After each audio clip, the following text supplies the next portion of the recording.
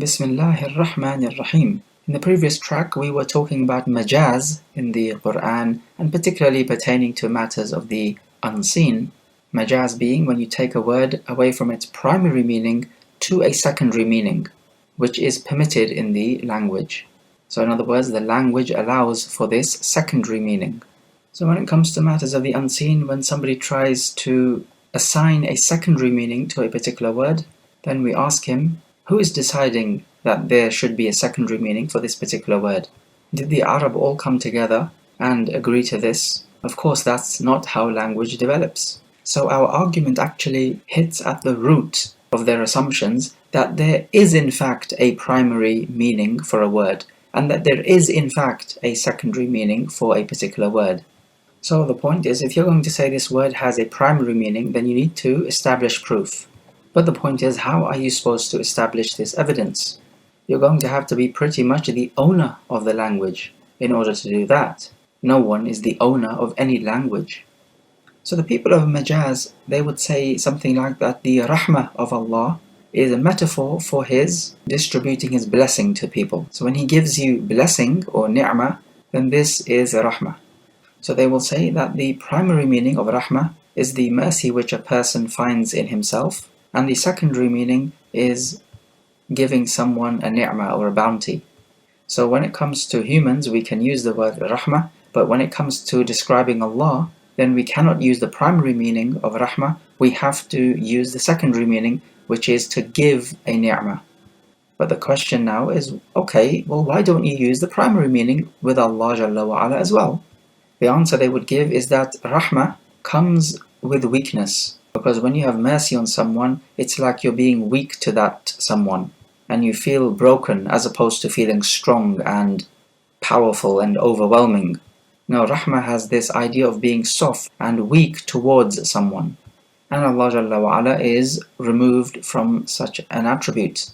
One needs to notice that words like rahmah, translated to mercy, or ra'fa, translated to pity, or wud, translated to love, they don't actually have definitions. It's difficult to define these words because it is something that you feel inside you, and it is almost impossible to put it into words.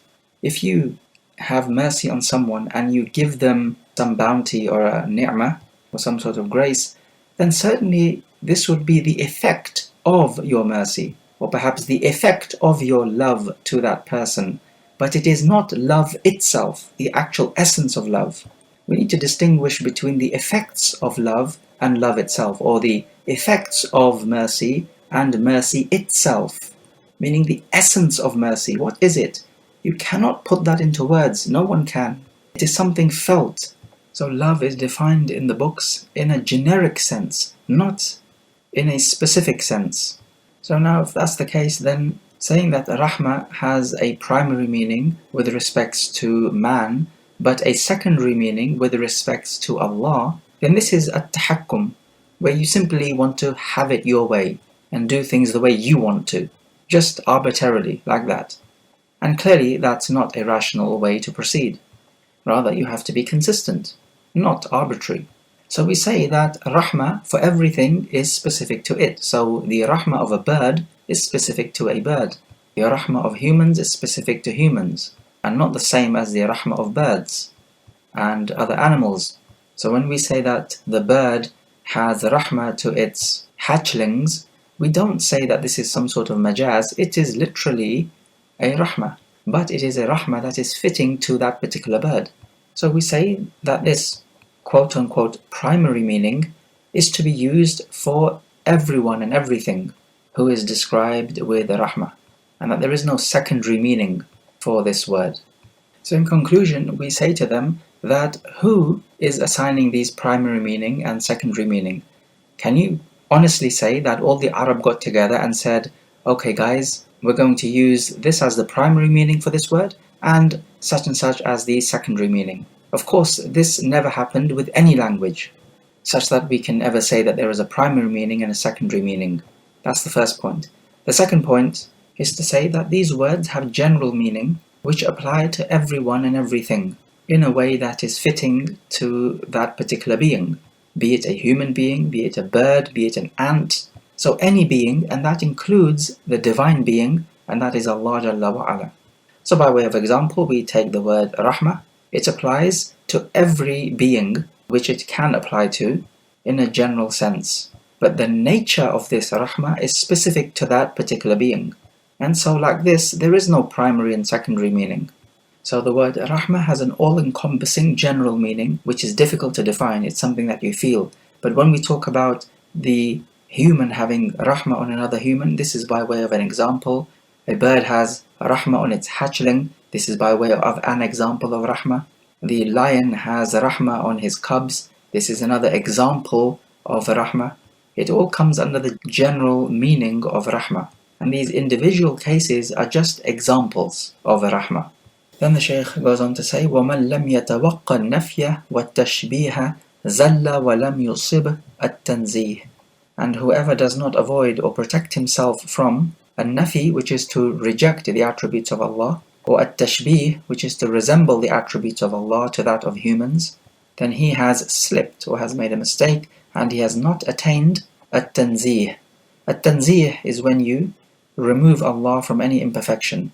So in this sentence, he's making a rebuttal against those who are the mujassima. They say that Allah Jalla wa Ala is a body, like humans are a body. And also he's making a rebuttal against the muharrifa, those who take a word away from its apparent meaning. And so the upshot of this is that they end up denying the attributes of Allah. So he's basically saying that we affirm the attributes without denying them and without resembling his attributes to that of his creation. Many ayat to this effect. وَلَمْ يَكُنْ لَهُ كُفُوًا أَحَدٌ. And there is none similar to him. هَلْ تَعْلَمُ لَهُ سَمِيًّا. The rhetorical question, do you know anyone similar to him? And وَلَهُ الْمَثَلُ الْأَعْلَى. And he has the highest description. فَلَا تَضْرِبُوا لِلَّهِ الْأَمْثَالِ. And do not strike parables with Allah. So do not say that Allah looks like this or he is like that. Because in all of this, you would be diminishing the status of Allah Jalla wa Ala. So we take a few talking points from this sentence. The first one, rejecting the attributes of Allah, includes rejecting every attribute of Allah, or it could include rejecting most of the attributes of Allah, or it could include rejecting some of them. The Jahmiyyah have rejected all of them. The Mu'tazila and the Kullabiyya and the Asha'ira and Al-Maturidiyya have rejected most of them. And as for those who have rejected some of them, then these have been some scholars from the Mufassirin and those who have explained the Ahadith.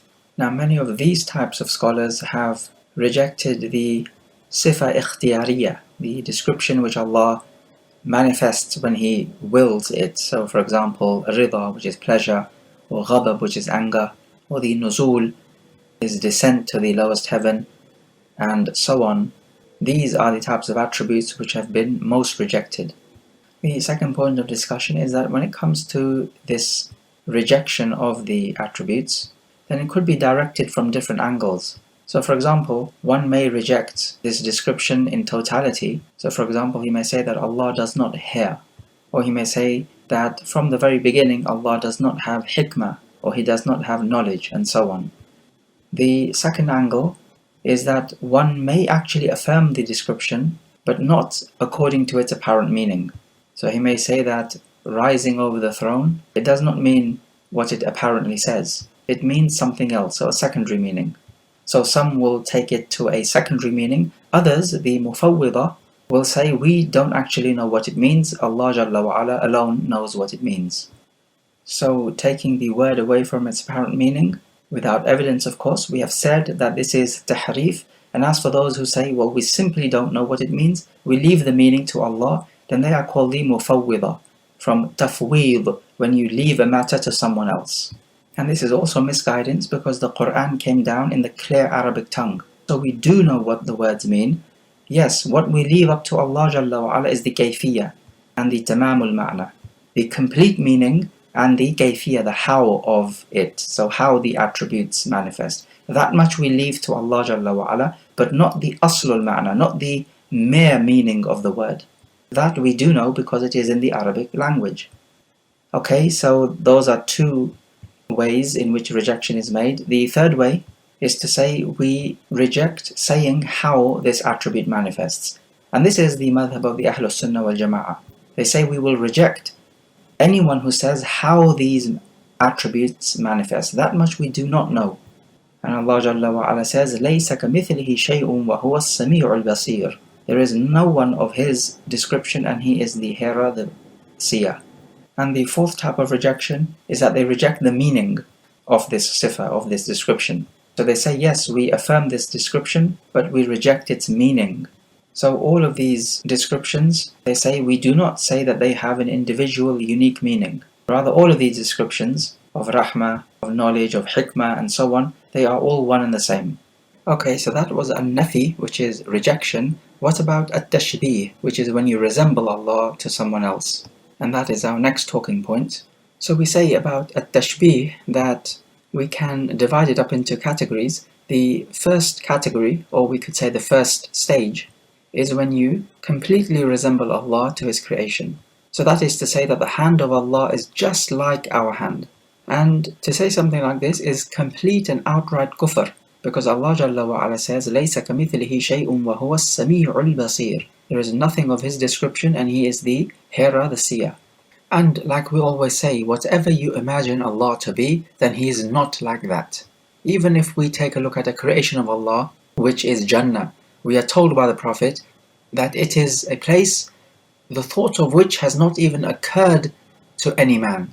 So whatever you imagine Jannah to be like, it is not like that. So if that's the case for Jannah, which is a creation of Allah, then how much more should it be the case for Allah Jalla wa Ala Himself? However you imagine Him to be, He is not like that. One cannot visualize Allah Jalla wa Ala simply because he has not seen Allah, and neither can you visualize Allah from the other angle, which is that perhaps you've seen something similar to Allah, but we know there is nothing similar to Him. So if that's the case, then all routes for us to visualize Allah are cut off. So when you've seen something similar, then you can at least make an analogy. For example, you could have bread in one country and bread in another country looks different, but at least you know roughly what it would look like as long as you know it is bread. So you've seen something similar. So you can make your analogy that way. And some of the ulama have said that the mushabbih, the one who likens Allah to human beings, he actually worships a sanam, an idol. Because if you liken Allah Jalla wa Ala to a creation, then you are not worshipping Allah anymore. Allah is by definition unique. What you are worshipping is an idol of sorts. Because idols, yes, they look like humans in terms of their image. And the ulama say that the mu'attil, the one who denies the attributes of Allah, he is worshipping nothingness. Because if he denies the attributes, then he is denying Allah Jalla wa Ala Himself. And so therefore he's worshipping something without any attributes, and something without any attributes is nothing, or non-being, non-entity. Because of course, non-entity or non-being has no attributes. The second phase of at-tashbih is that you make this resemblance in some of the attributes, but you do not make it in terms of the how, the kayfiyyah. Rather, the resemblance is made in terms of the meaning. So these people will say, the kayfiyyah, we don't know how that is, but the resemblance is in the meaning. And again, we should avoid saying things like this. Why? Because the attributes of Allah Jalla wa Ala, if we let us take the attribute of rahmah, the meaning of rahmah with respects to Allah Jalla wa Ala is the perfect type of rahmah, which is not infected or polluted with any deficiency. As for rahmah in the humans, then it is not the perfect type of rahmah, and it is polluted with deficiency. And the third phase of the tashbih is to say that the creation resembles Allah. So that is to say that you give the humans a description from the descriptions of Allah. So for example, you say that a particular human being can give you salvation from distress, or perhaps he can hear when he is absent. So he's not in the room, he's not with you, but he can still hear you, as if he is all hearing. Or perhaps he has the power to influence the universe in some way or form. And certainly there are people who call themselves Muslims, but they believe in this kufr, particularly with saints and people whom they deem to be extremely pious. They believe that they can have an effect in the affairs of the running of the universe. So in fact what they're doing is that they are giving a normal human being divine attributes. And this is the sort of belief we have known from the Shia as well. And this belief, without a doubt, is kufr. Now, the argument for those who may make similarity between Allah and the creation, and saying things like the hand of Allah is like the hand of humans, and likewise with the other attributes, they may rely on the hadith in which the Prophet ﷺ said, Inna Allah khalaqa Adama ala suratir Rahman. Allah created Adam on the image, surah, of the Ar-Rahman, meaning Allah. So if that's the case, then Adam ﷺ resembles Allah, clearly. However, the response to this is that even if we say that Allah created Adam ﷺ on the surah of Ar-Rahman, that does not mean that Adam ﷺ now looks like Allah Jalla wa Ala. And the evidence for this is the hadith where the Prophet ﷺ said, أول زمرة تدخل الجنة على سورة القمر ليلة البدر. Notice the words in this hadith are similar to the previous hadith. The first group to enter Jannah will be upon the image of the moon on the night of the full moon. Now, of course, no one's going to think from this that these people entering Jannah are going to be looking like the moon. No, of course they will look like human beings, and they look nothing like the moon. There's no resemblance between human beings and the moon, and we're talking about the full moon here. The resemblance could be in certain aspects, but not in totality. So, we say that if Allah has mercy and humans have mercy, then yes, there is a certain overlap and a certain commonality between the two types of mercies. One is the divine mercy and one is the human mercy. Yes, there must be some sort of similarity and overlap. Otherwise, the word would not be the same. Those two words would be entirely different. So yes, there is some type of commonality, but that does not mean that there is a total resemblance. Which brings us on to speaking about the next point, the difference between tashbih and tamthil. Tamthil is stronger than tashbih. So if you deny or reject at-tamthil, then what you're doing is that you're rejecting equality. So the two, meaning Allah and the human, are not equal. So tamthil is when you are completely the same in all respects. However, tashbih is when you are similar in some respects but not all respects. And tamthil is when you are similar in all respects. Now what the Quran rejects is at-tamthil, as in laysa kamithlihi shay, the word mithl. So tamthil is what is rejected, not tashbih. This tells us that the attributes of humans and the attributes of Allah can have certain overlap and commonality, but they are not similar in all respects, only from a certain angle or certain respects. This is the dichotomy between tashbih and tamthil, that with tashbih you do have similarity from some respects or from some angle, but not all, and tamthil is completely similar. So strictly speaking, we say that we affirm the attributes of Allah without making tamthil. This is the correct way to say it. We should not say that we affirm the attributes of Allah without making tashbih. No, we do make tashbih because there are some commonalities and similarities between our attributes and the attributes of Allah. Otherwise, the words used would not be the same words. So for example, hand and foot and rahmah and anger and so on. As long as the words are the same, then there must be some sort of similarity from some angle. So it is vital then to get the difference between tashbih and tamthil. If the tashbih is from all respects and all angles, so it's the perfect tashbih, then that is the same as tamthil. Okay, so that deals with the word tashbih, and prior to that, we dealt with the word ta'wil. So these are two key terms. There's another key term which the Shaykh speaks about, at-tanzih, which means to raise someone or remove someone from imperfection. And the Shaykh says that whoever does not refrain from at-tashbih, then he has not attained at-tanzih. And indeed, the Shaykh has spoken the truth. And when he says subhanallah, this is making tasbih, it is at-tanzih, because subhan means that may Allah be far, high and removed from any imperfection. And the way to make subhan, firstly you acknowledge that Allah has the perfect names and attributes and is described with words of perfection. Secondly, that His attributes do not have any deficiency in them. So you could have a good attribute but with deficiency. So for example, if we say that mercy is a good attribute, yes, certainly we have mercy as well. That's a great attribute to have. But our great attribute of mercy can have deficiency. But that is not the case with Allah.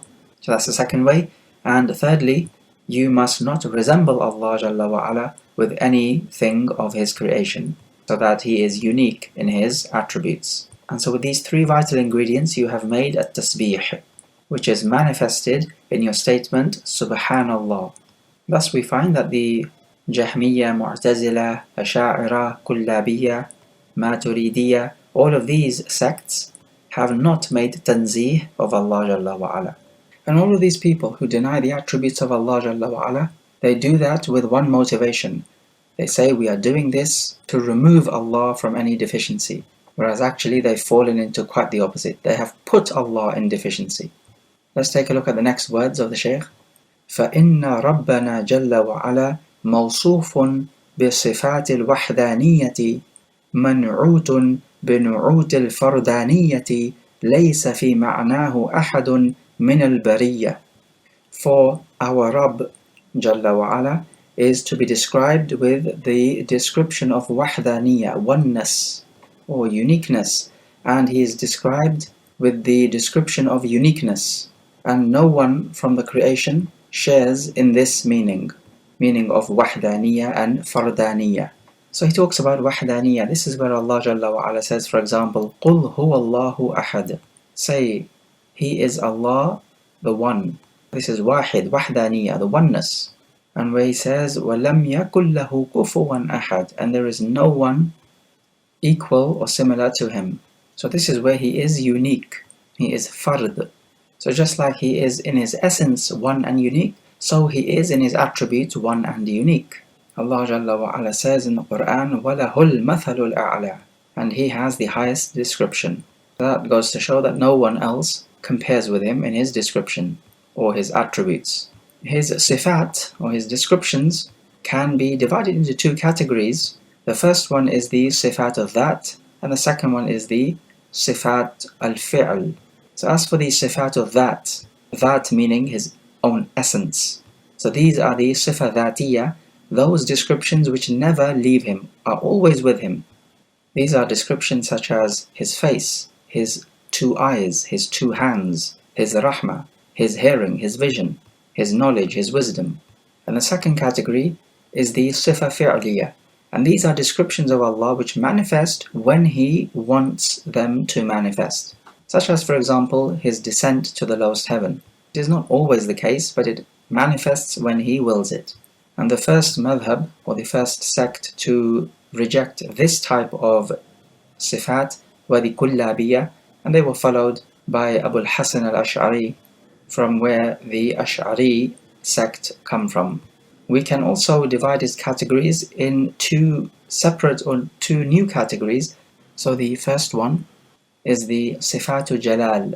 These are attributes which describe His greatness and how high He is, and His might, His power, His all-overcoming nature. These are the types of attributes which fill the heart of the creation with fear and veneration.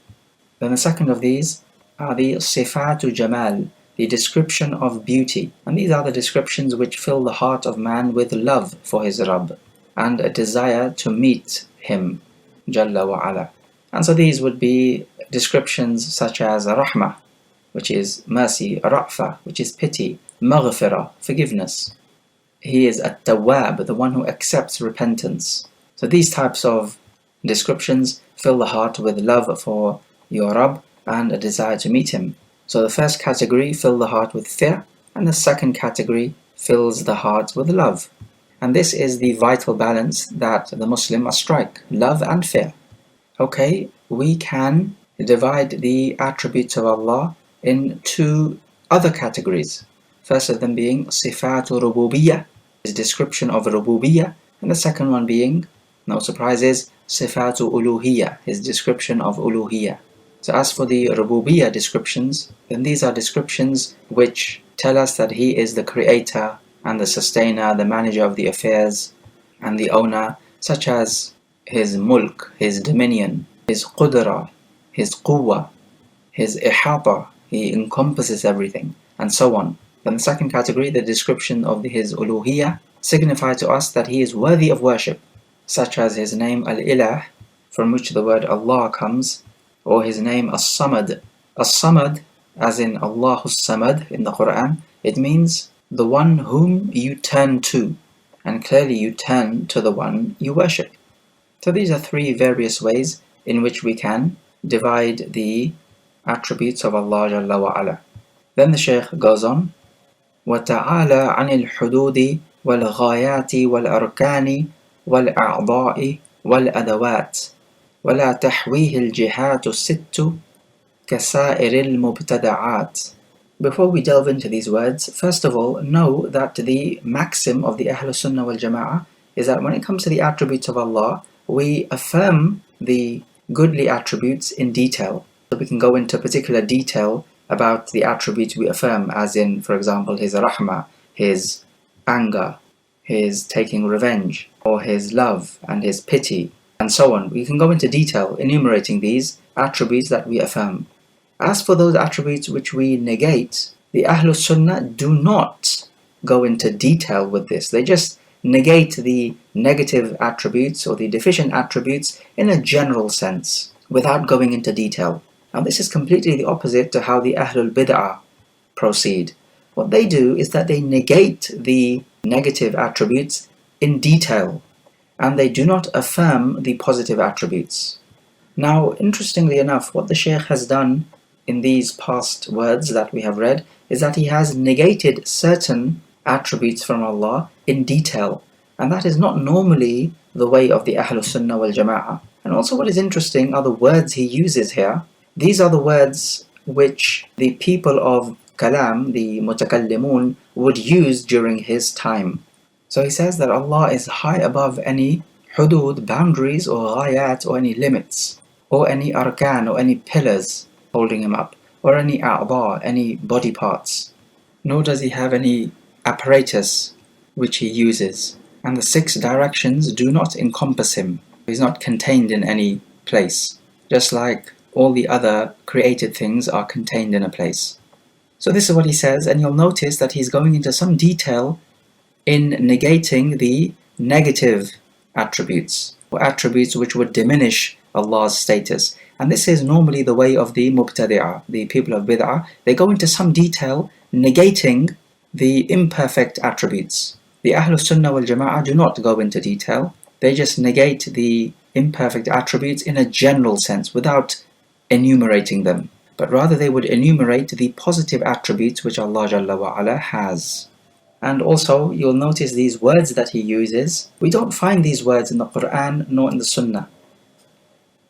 And these words were not used by the Prophet nor the Sahaba, but rather these words were used by the people of Bid'ah during the time of Tahaawiyyah rahimahullah.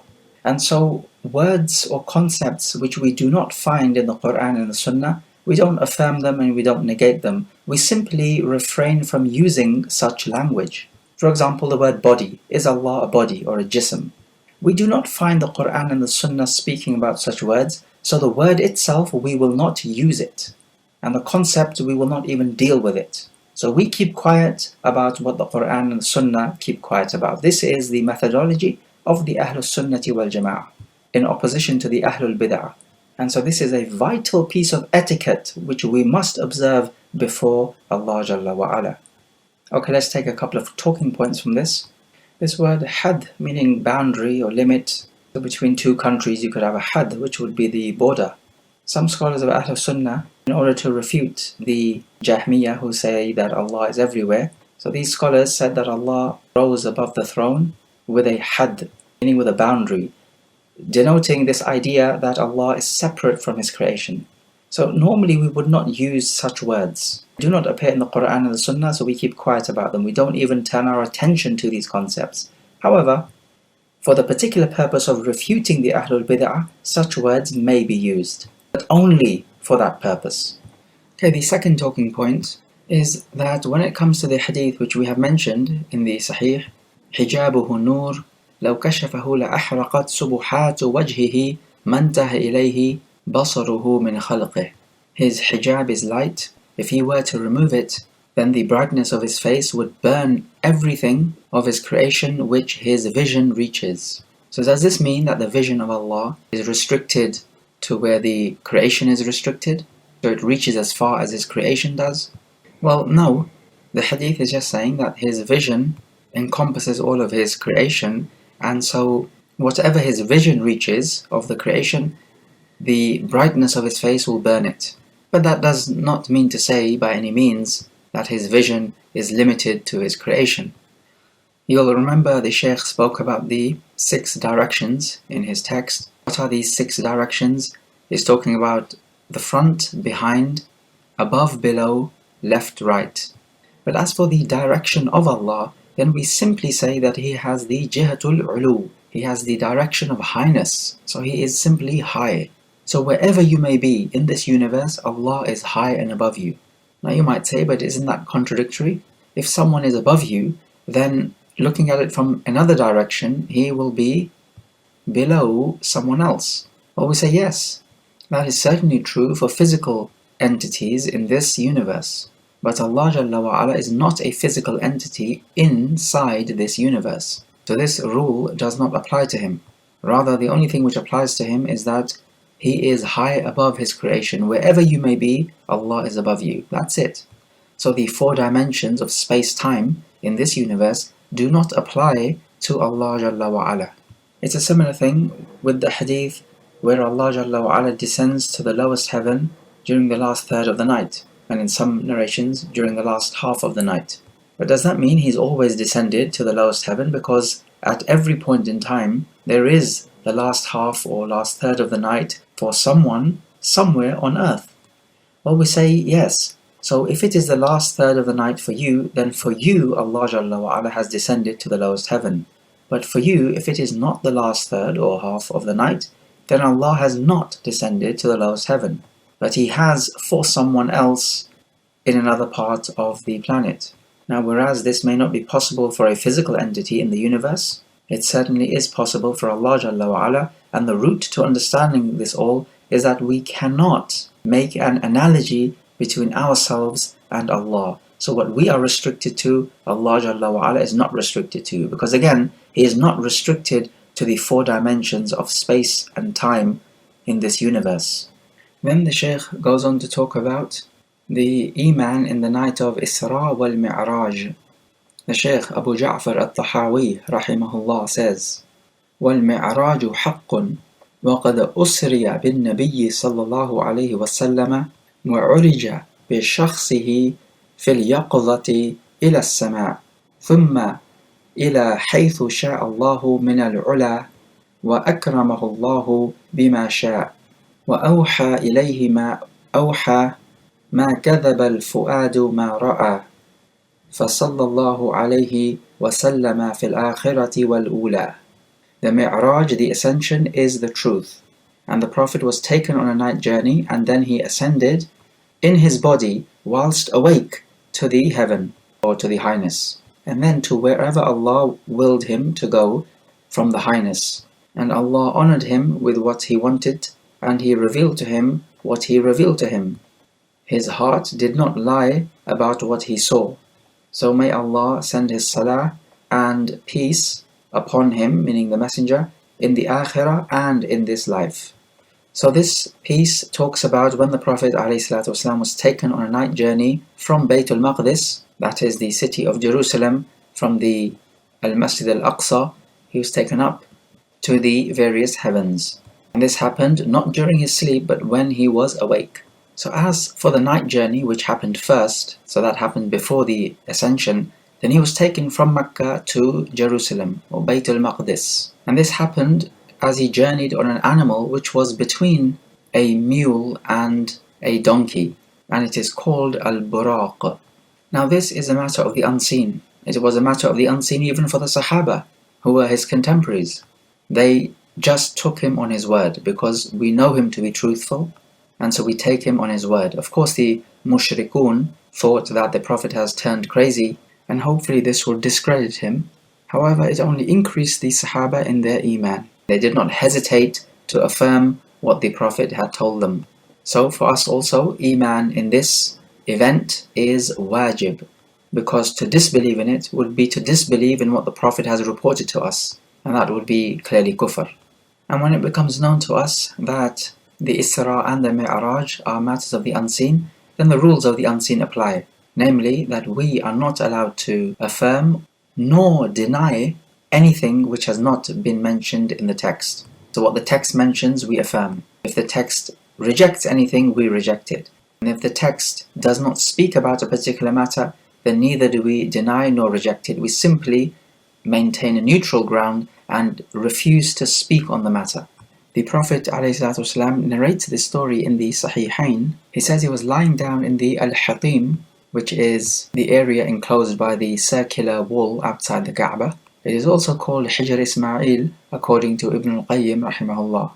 So anyway, the Prophet says he's lying down there. Jibreel ﷺ comes and he splits his chest open and washes out his heart from a tray of gold. The Prophet says that his heart was washed out and was filled with Iman and Hikmah. And the mark of this operation could still be seen on the Prophet's chest. And this washing out of the heart was to prepare him for what is going to come next. And from there, he rode the Al-Buraq to the Bayt al-Maqdis, where he led the other prophets in Salah. Now how this happens, we don't need to discuss the how.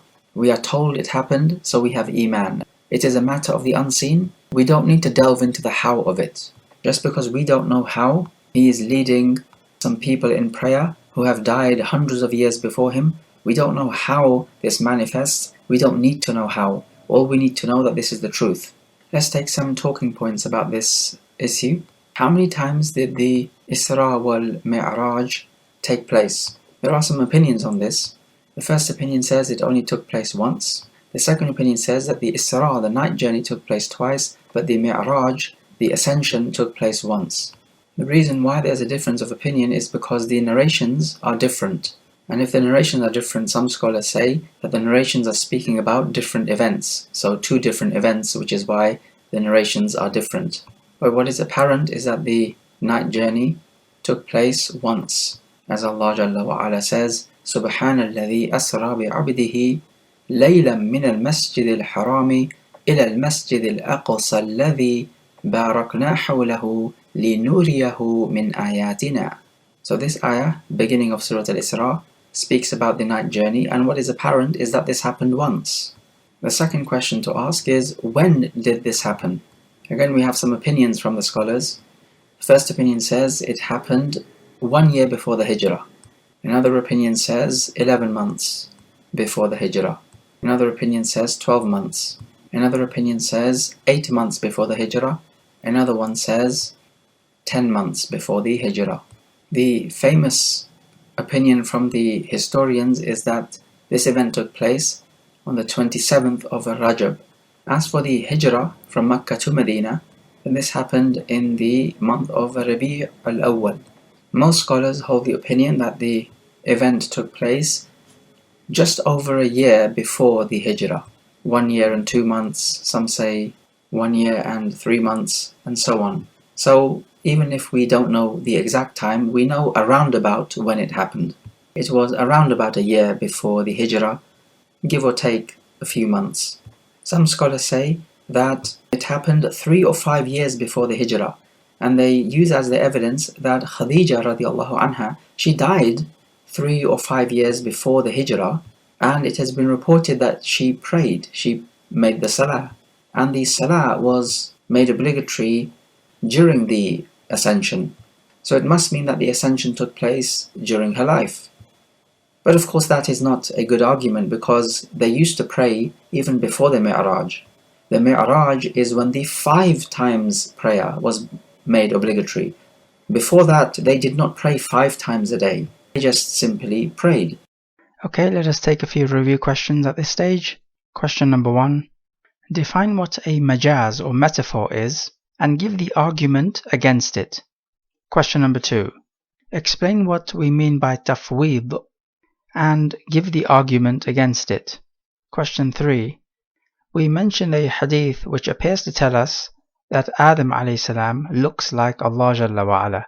So give the correct explanation to this. Question 4.